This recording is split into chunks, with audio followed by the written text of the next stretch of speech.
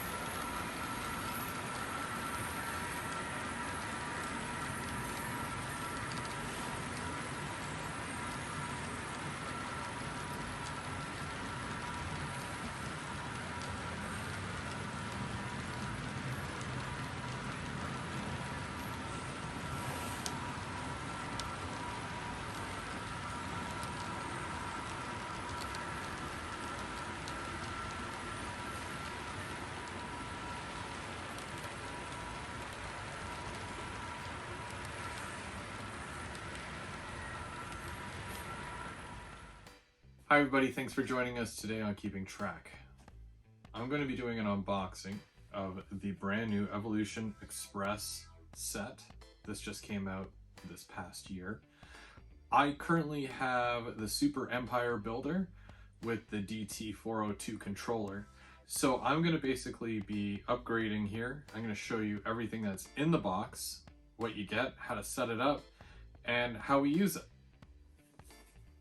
Okay, so the Evolution Express is a 5 amp system. It also allows you to upgrade it to an 8 amp system by purchasing a power cord separately. It does come with the 5 amp power cord, but you can upgrade it. And most of these Digitrax sets, you can always upgrade pieces little by little. And there's different things that you can set up with this. I do have a wireless interface as well already with my Digitrax system, where you can connect a cell phone and use that as a throttle. But I'm just going to be swapping out the power supply as it is. So taking a look, I'm going to open this thing up. And we're gonna see what we get here. Okay, so included in this box, you get a UR93.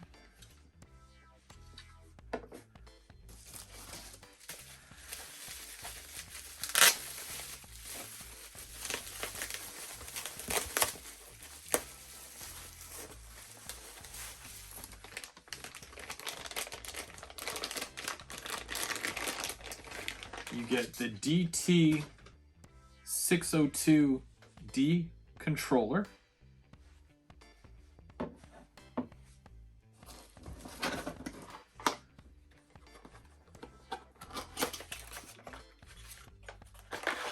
You get a power supply.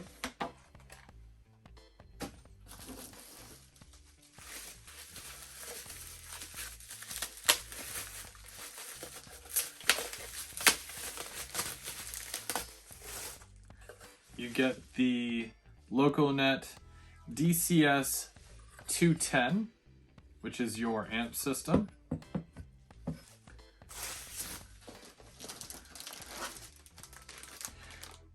A TID USB cable.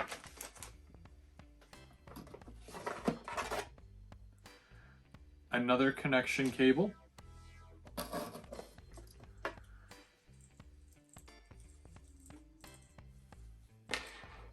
A Digitrax lanyard to hold your controller. Another connection cable. And of course, your power supply as well.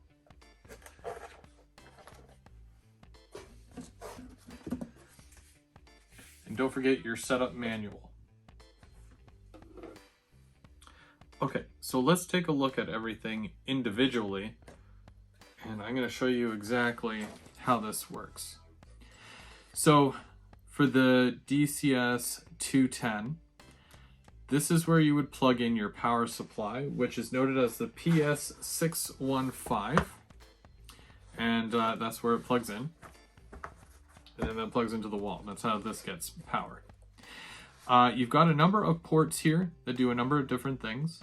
For example, if you have a programming track, you can add it directly to here, and you use these two ports, your positive and negative.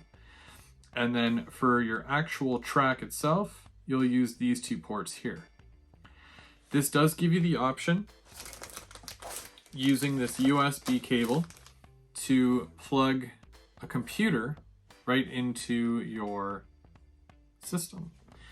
And yeah, you would plug this into here, and the other end is a USB cable, and that's what that accepts. Next, you would have your UR93, which you would use an RJ12 cable, and one end of this cable, which is just like a telephone cable but a little bit bigger, it plugs into here, and the other end of this plugs into here. Now this here, this specifically, is for connecting wirelessly to your brand new DT602 throttle. Now this does not have batteries, so you will need three, I believe it's AAA batteries, and you can also get a power supply. The power supply is sold separately, but this will connect wirelessly to this system here. If you're not going to use it wireless, then you won't need this yet. Another type of connection is another RJ12, which they do give you two, one for the UR93 and one for the actual controller itself. So for the controller, if you want to have it hardwired, you would go into the second slot, into slot B on your LocoNet. And the other end of that cable plugs right into the bottom of the controller. And that's usually how you would start your setup. Along with that, it also allows you to choose your scale, which will fluctuate the amperage. And you can go into sleep mode, ops mode, or just regular run mode.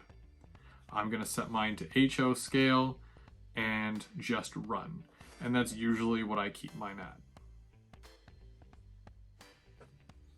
Okay, so we're going to just compare it to the system that I have now. This is, like I said, the Super Empire Builder, which does allow you to add to it, but I'm just full on replacing it. You've got my DT402 controller here, and it has a lot of buttons, but everything is labeled. There's not a lot of information on the screen when it is powered on, and it does come with this really long, stretchy cable that I find to be convenient, but that normally goes into A. So I'm just going to remove that. In my LocoNet B is another RJ12. This goes all the way over to the other side of my layout, which offers the panels to plug in controllers right on the fascia in other places. So I'm going to be adding that to the new system as well. With what cables I have here, this is my rail, A and B, and that's what feeds my entire system. On this side, the power cable that I have needs to be fed right into the system. There is no plug. Okay, so just as easily as I had once added this to my layout, I have just removed it. This is the power cable, and it plugged into there, and the other end of it was a power source and power plug. So this is going to be put aside. I'm going to use this possibly at a later date. I could probably even combine the two, but I'm going to have to do some further research for that to see how that is done. But it's time to install the new one. Okay, so just to note, the RJ12s, both, they give you two. Both RJ12s that they give you are only 2 feet long. So if that's not long enough for what you need, then now's the time to look for some new ones, because when you do the install, it might not be as easy to replace them later. Okay, so this is my basic setup here now. I've connected the power cable. I really wish this was in the back because this takes up a lot of room up here, and the power cable itself kind of sticks out. It's not like the other one where I could kind of tuck it under and, you know, it would be okay at that point. So I've got the rail A and rail B here, which is for your track. The track status will light up once that is connected. This is for that wireless connection. The terminal for that, I think it was the UR93. This is for my controller, and this will feed the other end of the layout, giving my other control panel a connection. So everything else is plugged in. So I'm going to add power now.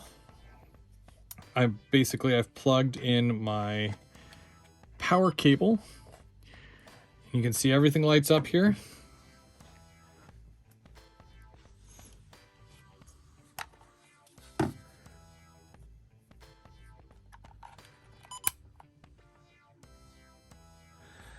Okay, so there's a DT602. Right throttle inactive. Cool.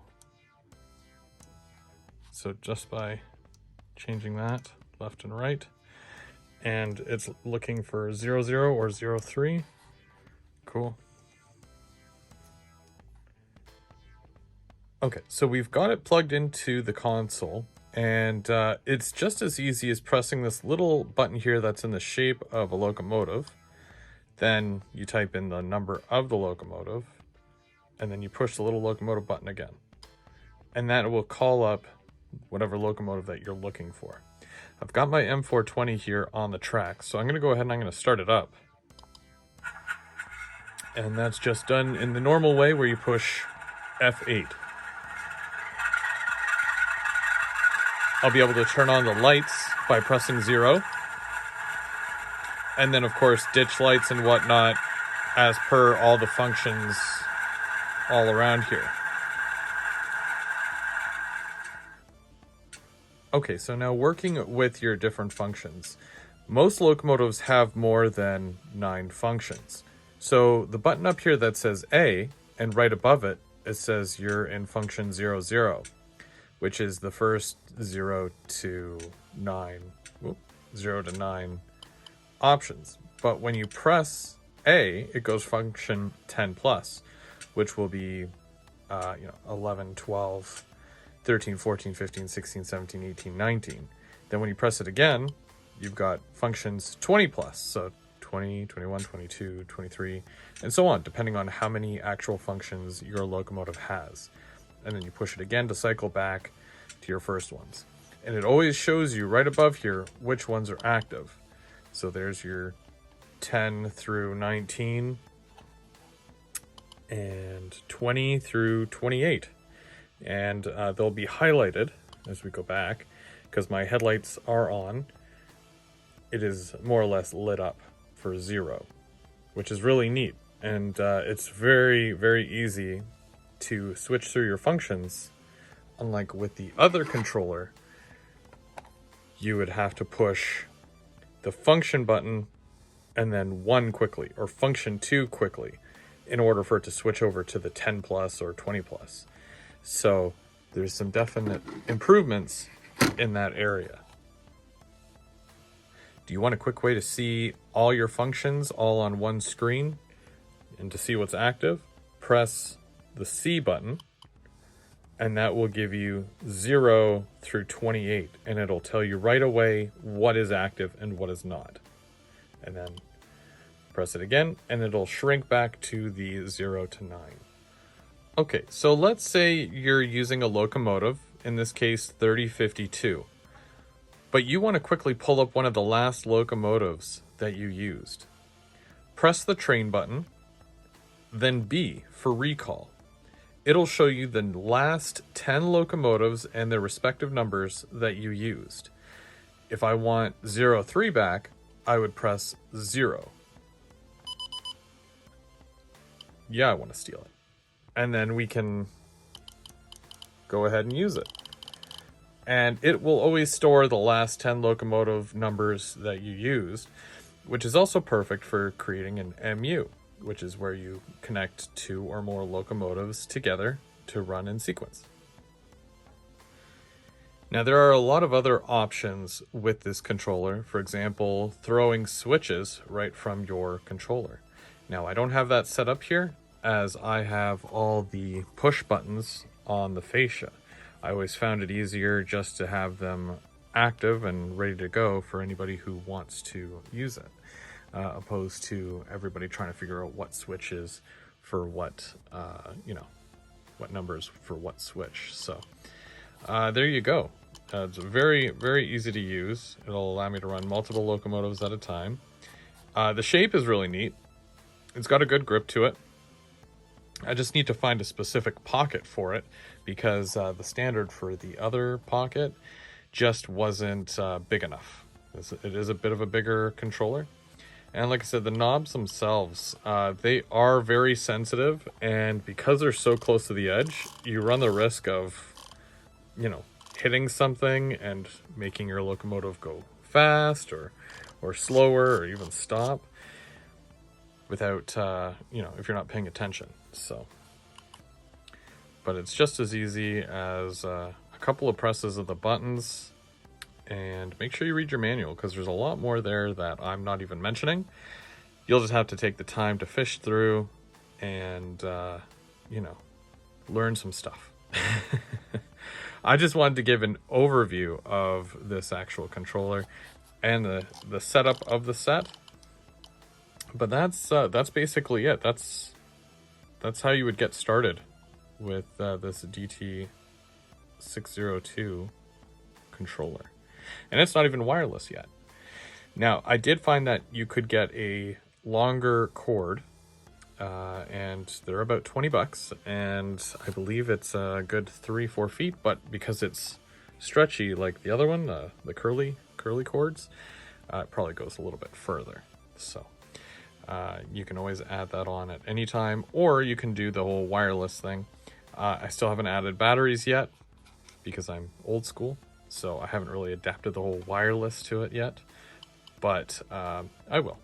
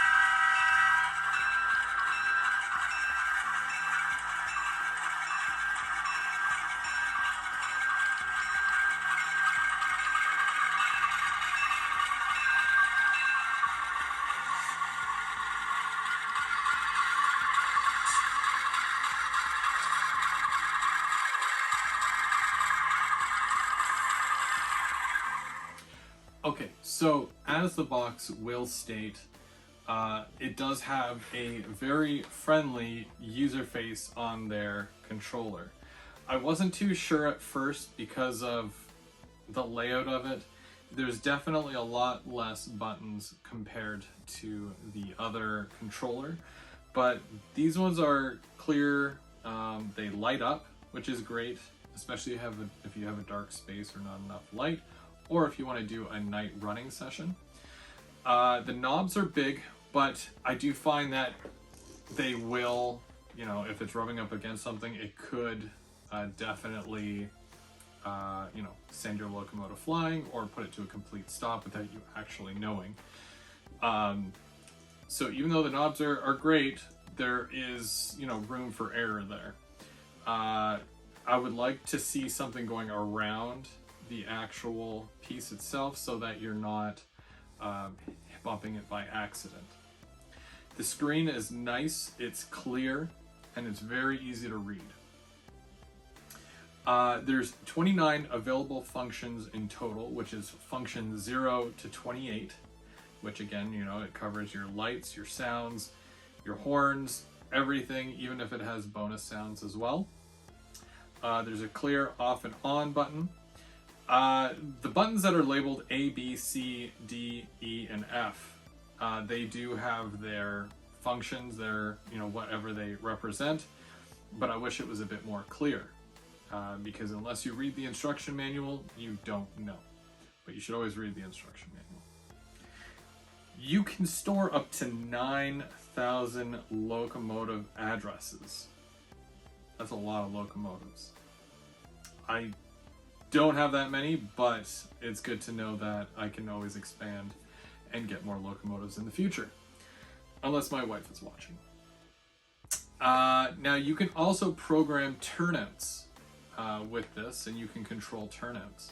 And you can do up to 2,000 turnout addresses. You can program them all into it, which is great. It's not something that I will have for my current layout, but I'm glad to know that it's something that I can look into in the future. There is a separate read and write programmer built into it, so you can do it right from your programming track. You just got to wire it accordingly. That way you can seamlessly go from your main line to the track for programming without having to remove everything off the layout. I have a separate lock programmer that I use connected to my computer, so that's probably not going to be a function I'm going to use. Route control. Route control is something that basically it predetermines your, or you can preset your switches for your locomotive. So I'll have to look more into that, but it sounds really cool because it's gonna determine where your locomotive needs to go, and it'll switch all your switches accordingly on your layout to match that. And of course there is the USB interface that I was telling you about, where you can connect your main power source to the actual computer. A lot of people will get like a PR3 or a PR4, which you can control your locomotives and whatnot from your computer itself, which is really neat. But that's all built in now instead of having to get a PR3 or a PR4. And then there is increased LocoNet energy for more throttles. Go get more throttles, get your friends over, you know, get involved. This is perfect for a home layout or a club layout. I know the local club, to me, uses Digitrax as well. And they have, I think there's at least 4 or 5 of the LNWIs that are connected. So a lot of people will use their cell phone and control their trains just from a cell phone. But this is a little bit of a different interface for you to try. Very neat, and you can obviously run multiple locomotives, and you can MU them right from your controller, just like my other one. It is a very nice design, easy to hold, and yeah, very nice. I'm very happy with it, and it's nice. It's black. I like the idea of it being wireless. I'm going to look into a rechargeable battery pack for it as well, just so that I can walk around and control trains without being connected all the time. I'm also going to have my kids try it out. I'm going to have them test it. They have a tendency to just aimlessly walk, and if they are attached with a cable, of course, they're only going to be able to go so far.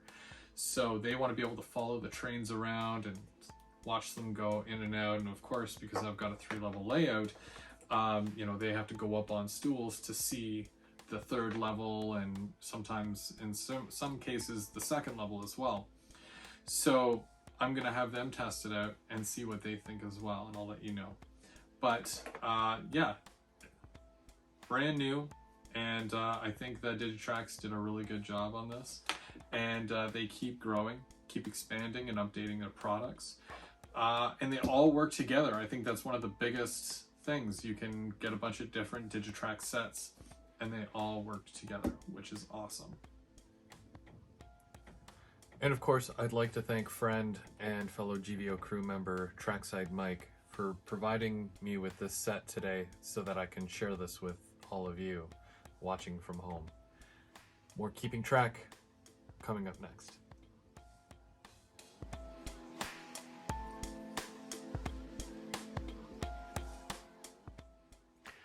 Hey everybody, welcome back. Today we're going to do a special unboxing of a brand new product. We've got the Rapido Trains Bulkhead flat car.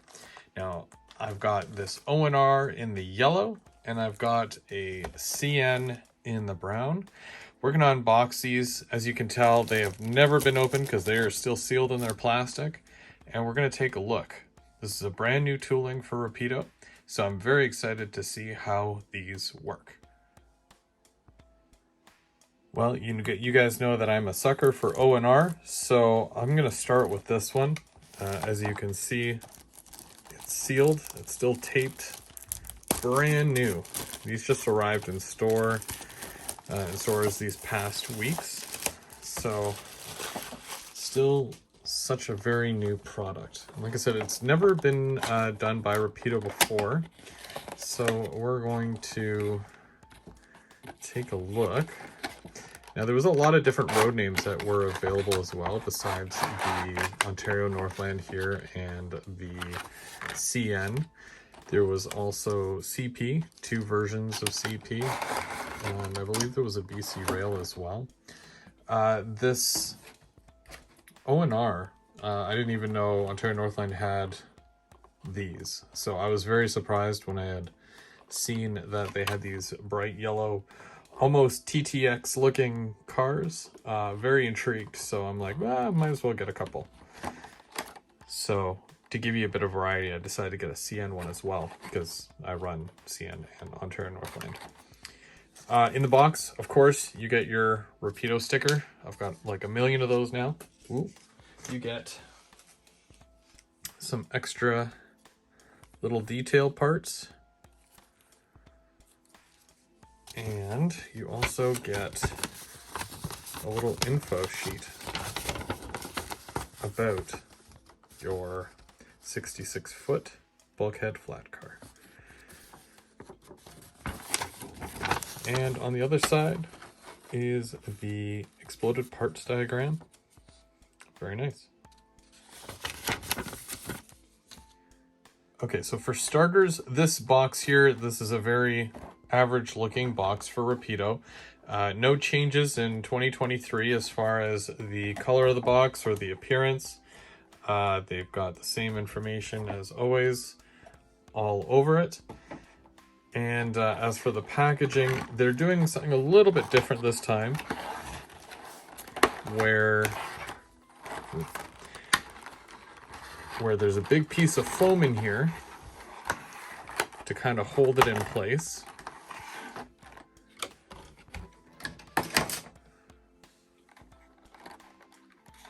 And those just slide out, and the car should just slide out. There we go.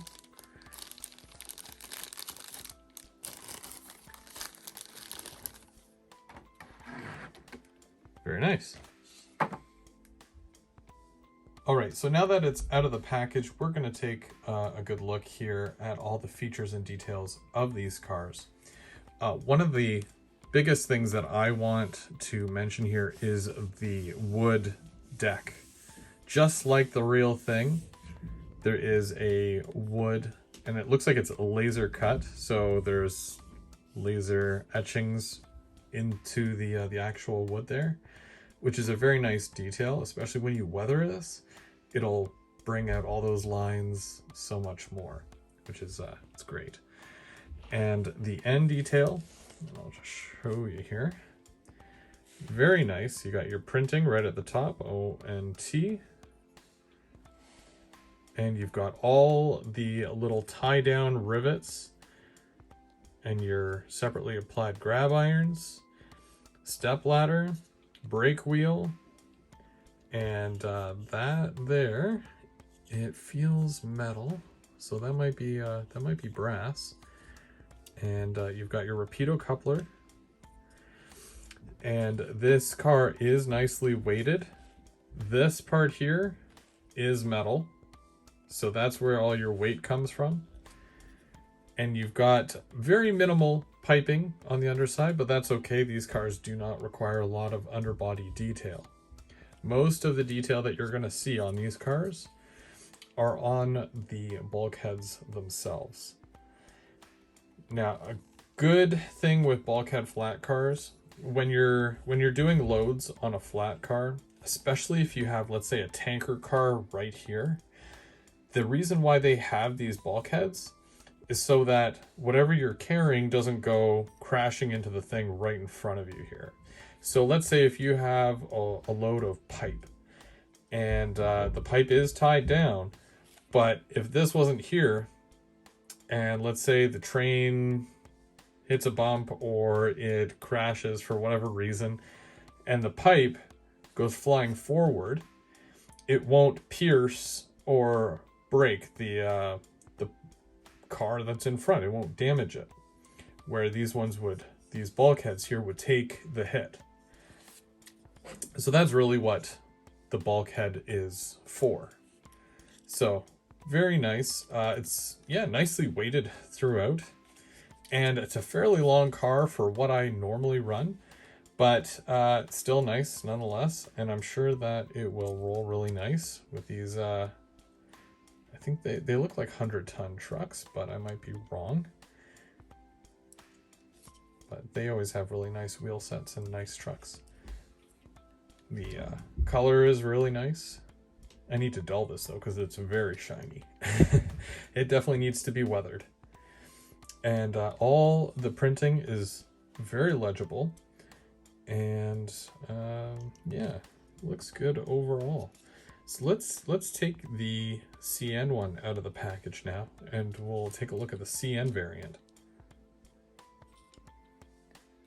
So just like with the O&R, this one is also brand new, never been opened until now. I just broke the seal. I'm probably gonna have to get a few more of these. I'm probably gonna have lumber loads on them and use them for my Beaver lumber facility, because they are really nice. And I'll be able to simulate the whole tie down as well on them. Another sticker. So that's my 5 millionth sticker at this point. So appropriate colors for the CN with the extra bits.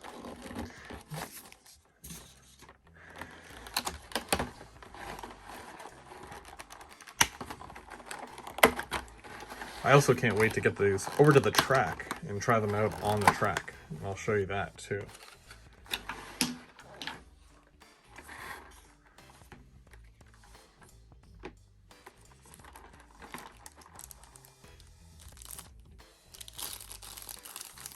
The wood decking stands out a lot more on the CN. And for some reason, this feels way heavier. I have no idea why, but this feels way heavier.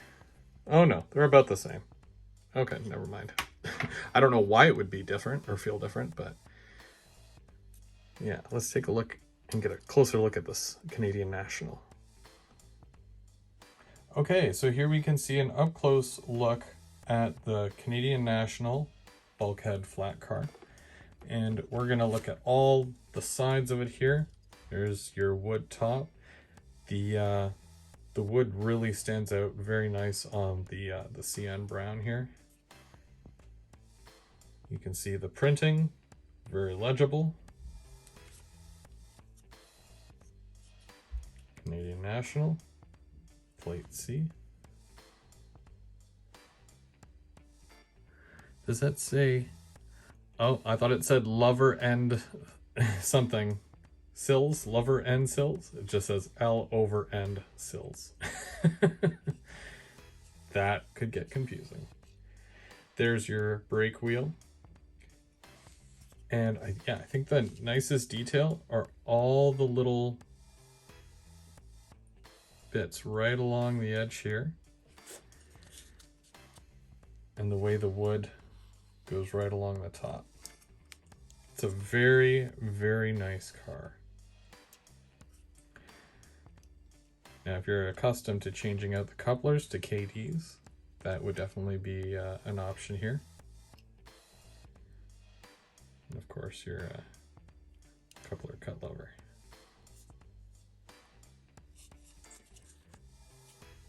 There's your underbody detail. Not much. Looks cool. Let's go over to the track with them, and we're gonna try them out. There's a couple more things that I do want to check with these cars. This here is the KD standard gauge coupler. So I'm going to see. That is spot on, which is perfect. Because I know I've seen a couple of cars and some locos that when they arrive, they either arrive too low or they're a little bit higher. Yeah, spot on. So the CN is good. Let's bring in the O&R.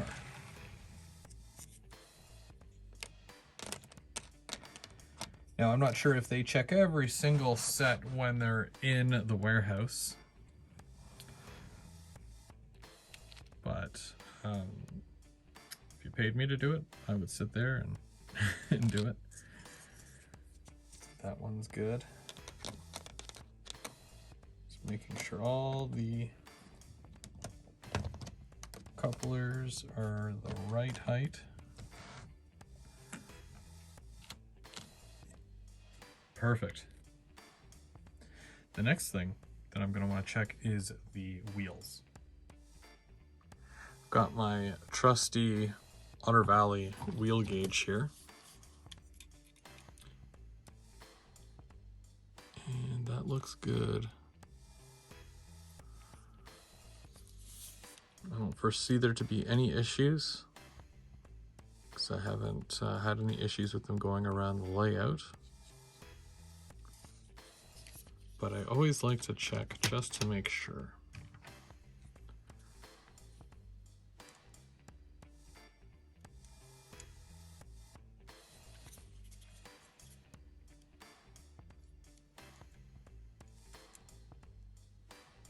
Perfect.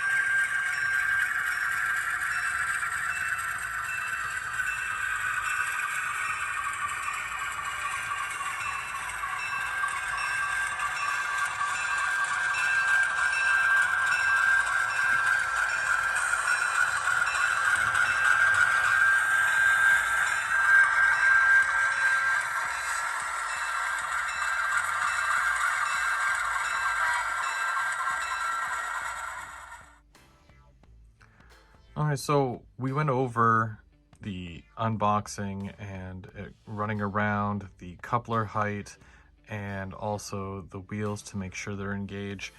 I don't find anything wrong with these cars. They are awesome. You guys know that I always get my stuff from Otter Valley Railroad. Otter Valley sells them for $55 Canadian each. You can always get yours at ovrtrains.com. And lots to collect. There's at least 6 numbers per road name, so lots to choose from. You can get them in singles or 6-packs, whatever you prefer. And yeah, depending on what you model and depending on how many you need, I mean, that'll vary per person. I'll probably grab a couple more of these because I really like them and I can use them for my lumber industry. And sometimes you can use them for a few other things. But for me, yeah, I'm gonna put some lumber loads on here and tie them down and away you go.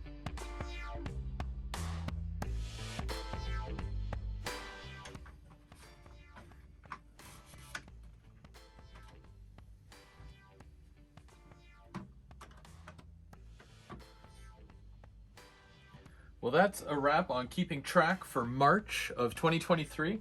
I've been your host, Go Via or Go Home. I want to say another special thank you. Shout out to Trackside Mike. And we'll be back next month for another episode. Stick around. Coming up next, GVO After Dark.